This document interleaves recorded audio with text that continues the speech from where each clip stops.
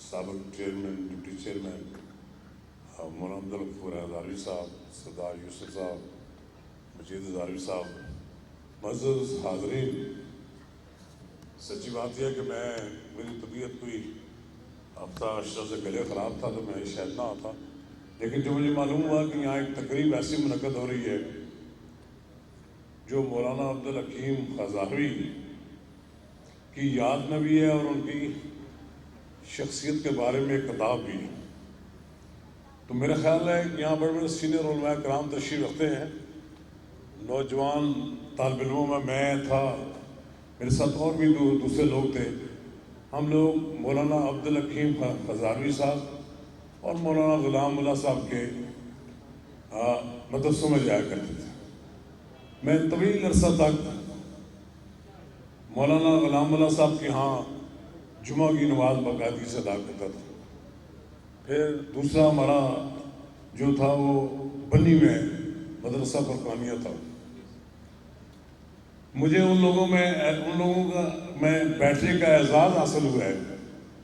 ہم نے مولانا عبدالحکیم صاحب سے بہت کچھ سیکھا۔ میں نے ایک جرأت مند، ایک آمر کی آنکھوں میں آنکھیں ڈال کر بات کرنے والے یہ وہ لوگ دیکھے ہیں جنہوں نے اپنی پوری زندگی ایک نظریے کی خاطر بسر کر دی۔ یعنی دو بڑے ایک مراکز تھے یہاں پنڈی میں، ایک تھا مولانا غلام اللہ صاحب کا دارالقرآن مدرسہ جی قرآن، دوسرا تھا جناب مدرسہ فرقانیہ تعلیم القرآن، اور یہ دوسری جو جگہ ہے تو جب تک مولانا غلام اللہ صاحب اور مولانا عبدالحکیم صاحب زندہ رہے ان کا طوطی بولتا تھا۔ یہاں پر بڑے بڑے جلسے، بڑے بڑی تحریکیں چلیں، ان دو بڑے اداروں کے درمیان سے ہی سب کچھ نکلتا تھا، اور ختم نبوت کی تحریک میں انہی مدرسوں میں انہی مساجد میں لوگ تقاریر کرتے تھے۔ میں سمجھتا ہوں کہ میں ان لوگوں میں شامل ہوں کہ جنہوں نے ان کے دسترخوان کے خوش چین تھے۔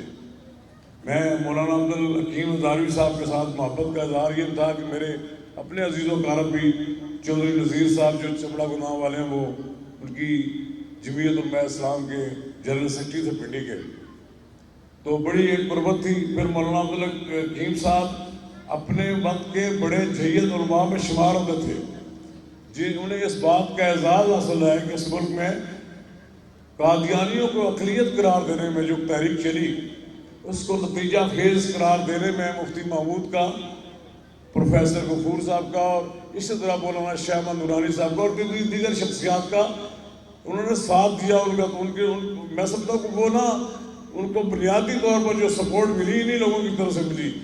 میں رایاض الحق صاحب میں بڑا مختصر ٹائم لیا، رایاض صاحب کا بہت بڑا مواد اس موضوع میں موجود ہے کہ یہ تحریک ختم نبوت میں رایاض الحق صاحب کا بھی ایک رول رہا ہے، اس پہ انہوں نے بہت کم بات کی ہے۔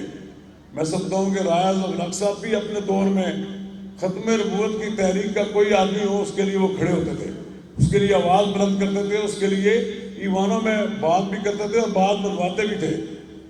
آج یہی وجہ ہے کہ پاکستان کے اندر جب کبھی بھی کوئی قادیانیوں کی کوئی خسر ہوتی ہے، کوئی وہ سازش شروع ہوتی ہے تو ہمیں یہ لوگ یاد آتے ہیں۔ آج بھی یاد کرنے کا وہ دن ہے خواجہ شورش کشمیری مرحوم جیسی بلند پایا شخصیات کا کہ جو آ کر دارالتعلیم القرآن میں جلسے سے خطاب کیا کرتے ہیں۔ مولانا تاج محمود صاحب تھے۔ میں بڑے ٹائم نہیں لینا چاہتا کیونکہ یہاں اور دیگر حضرات نے کام بات کرنی ہے، لیکن میں شکر گزار ہوں عبدالمجید ہزاروی صاحب کا کہ انہوں نے بڑے طویل عرصے کے بعد لوگوں کو یاد دلایا کہ مولانا عبدالحکیم ہزاروی بھی کوئی بلند پایا شخصیت تھے۔ ان کا طوطی بولتا تھا کوہستان میں۔ یہ اب سردار یوسف صاحب یہ دوسرے لوگ ان کے جانشین ہیں۔ جب وہ تھے تو ان پہاڑوں میں ان کی آواز گونجتی تھی، بڑے بڑے سردار ان سے کانپتے تھے۔